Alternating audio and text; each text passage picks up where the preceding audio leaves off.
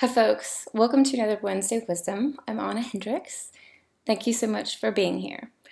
This week, I want to talk to you about forgiveness. First of all, I just want to say that, as always, I am talking to myself just like I'm talking to you all or sharing this message with you. So I don't want anything I say to come off as me being, self-righteous or judgmental or anything like that. For myself and for my life, I think that being able to forgive the people in my life who hurt me is an extremely valuable and important thing that I have to do on a daily basis. I think it's a battle that sometimes I really win and sometimes I really lose. But, you know, when we don't forgive the people that hurt us, we we don't function well. We don't think well. We don't sleep well.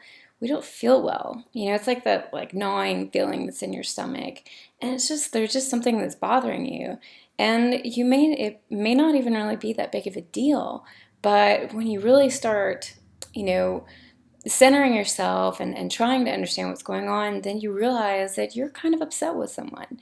You know, I think that when it comes to forgiveness, there's a couple of things that are really important for us to remember. One is that I think the majority of time people have no idea that they're hurting us, and it's not something that's on purpose. Love assumes the best, and I think that people step on their toes, they say things, they snap, or maybe they're selfish. Maybe they forget about you, you know. But is it really intentional? I think that's a really good question to ask. And I think that probably the heavy majority of the time it's not. I know for myself that I can be really strong and I can be really intense sometimes, but it comes and it goes just as fast. And afterwards, I feel terrible. And truly, my intention is never to hurt anyone, but that certainly happens sometimes. It's like you can be having a bad day and you go to the grocery store and all of a sudden you've been very rude to the slow clerk, and you walk out of there and you're just like, gosh, like I was such a jerk. And you didn't mean to. And I think that happens a lot of times. So I think that that's something really important to remember. Two, I think that unforgiveness is something that seeps its way into every area of our life.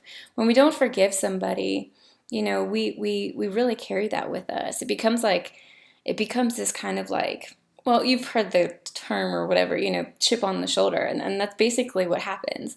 It becomes this thing that you carry around and it affects everything that you do.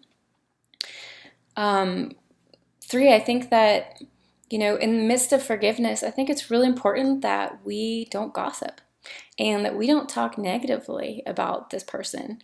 Now, there's a big difference with, going to someone that you respect and trust, and maybe pouring your heart out, or maybe just trying to get some feedback on perhaps where you went wrong. But I think that it's really crucial that we don't run to our friends and family, pick up the phone and yap about this person who's hurt us. I think that just kind of like replays issue again and again. Then we get more and more upset, and over what? It's just not a good practice. Gossip is not good anyway, but especially when someone's hurt you.